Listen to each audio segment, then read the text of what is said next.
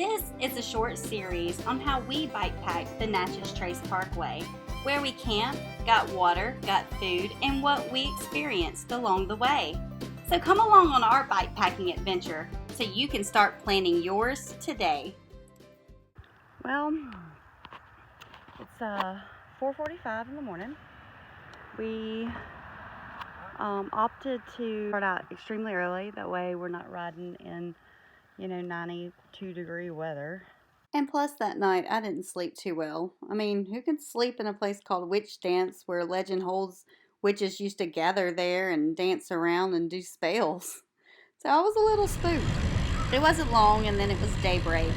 But what I loved about this is all the birds. You can hear them chirping and it was just so peaceful. Once we left Witch Dance, we knew that we weren't going to be stopping a lot until we got to Jeff Busby, and that was just to take a little break. But I wanted to show you that on the map, that there wasn't a lot of stops. However, there are two stops that are a must, and that's French Camp and Coal Creek. Later in the video, you'll see some video from those two stops. Oh, it's deer. Look at them. Oh, yeah. See them running across the field?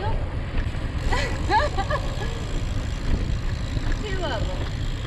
Okay.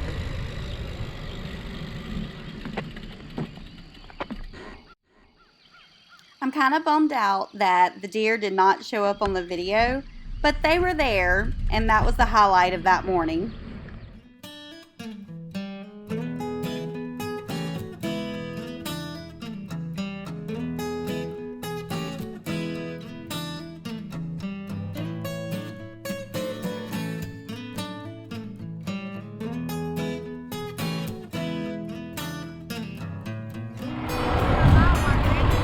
I think so. Huh? I think so. I think it is. The excitement was real when I reached the halfway mark on the trace. You made it. Halfway.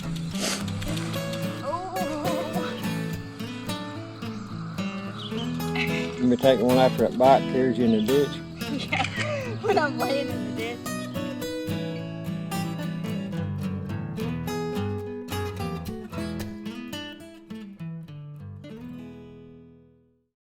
"29 miles south of the halfway mark is the Jeff Busby Campground at milepost 193. We took a much needed break here. Alright, so if you're wondering, hey Rachel, why didn't y'all just camp there? Well, we had only rode 40 miles and we felt fine. And plus, we knew at the French camp there is some awesome food there. And Rodney told me once we made it to Kosciusko, we could go and eat Mexican and drink margaritas. So, obviously, I was like, let's leave. We've got to make it to Kosciusko. You got to get your priorities right.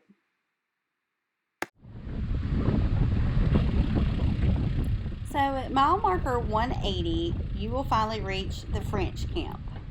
And at this time, we were starving and ready to eat lunch. French Camp was founded in 1810 by Louis Lafleur, and it was a trading post back then. Best place to eat. Place to eat. I'm looking at the signs and I can't read. Yeah. Do I just keep on? Just follow that road trail. Okay, cool. I'm so tired. I'm like, I just don't want to backtrack. I'll I know what the follow signs say, y'all but we've been 56 miles this morning. Yeah. But How far y'all going? the whole way. Natchez, Mississippi. Man, we're already this far. You know we're going the whole way. That's a good idea. The place to eat is called the Council Cafe, and it's super cute. But you can see there's not a lot of choices on the menu. But what they do have is extremely good, and the little vibe of the restaurant is amazing, as you can see here.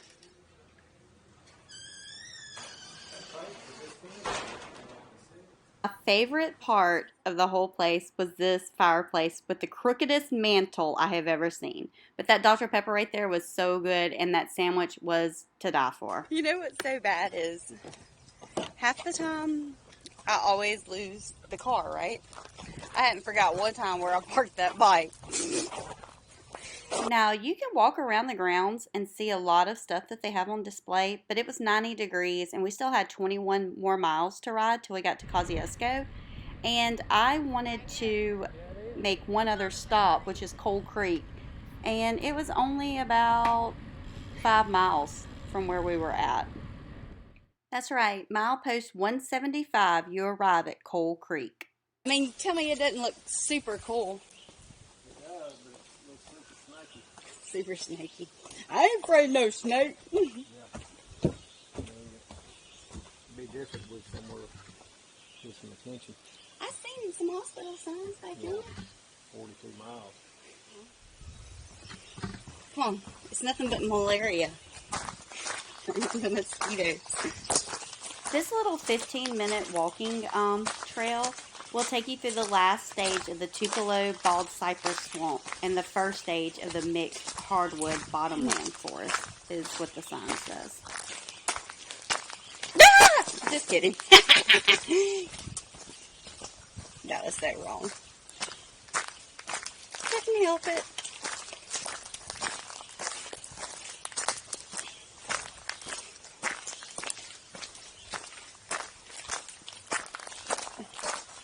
I can't help it. I think this right here is just cool as all get out. I know. I'm just.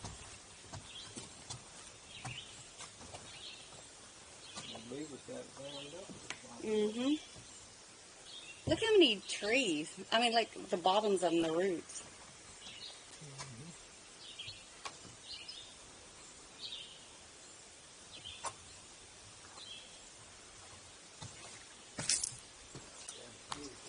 I know. So we're going to get everything you can. The bald cypress. Another swamp lover, the bald cypress is easily recognized by its knees. It was once thought that these knees were breathing organs, but it is now believed that they are merely give additional support to the towering tree. You're just like, oh hell, Rachel, if I get snake bitten, you have to ride the bicycle to the hospital. It's going to take you 4 hours to get there.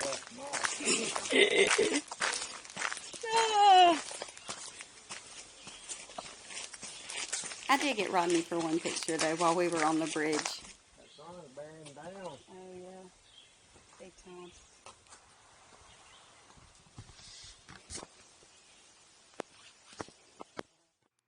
Now, after our fun little hiking excursion there, we had to ride another 16 miles before we got to Kosciusko.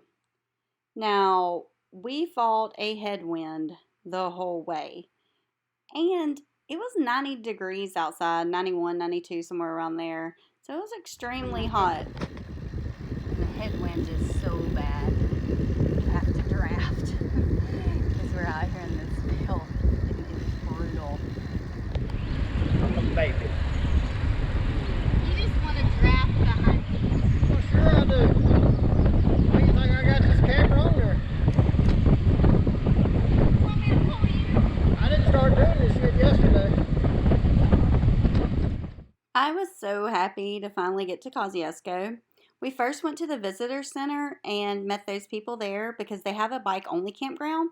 The guy asked us, hey, do y'all plan on leaving early? And we were like, yeah. He said, well, don't even worry about setting up a tent. If you want, you can just stay underneath the back porch and you won't have to set up your tent. And we were like, okay. So we took advantage of that. And then we went we rode our bikes down the street and went to the Mexican restaurant. And I finally got my margaritas. It was so nice. After it was all said and done, we rode a little over 79.5 miles that day. Okay, so I'm going to start working on my next episode, and that will consist of us riding from Kosciusko on to Ridgeland, right outside of Jackson.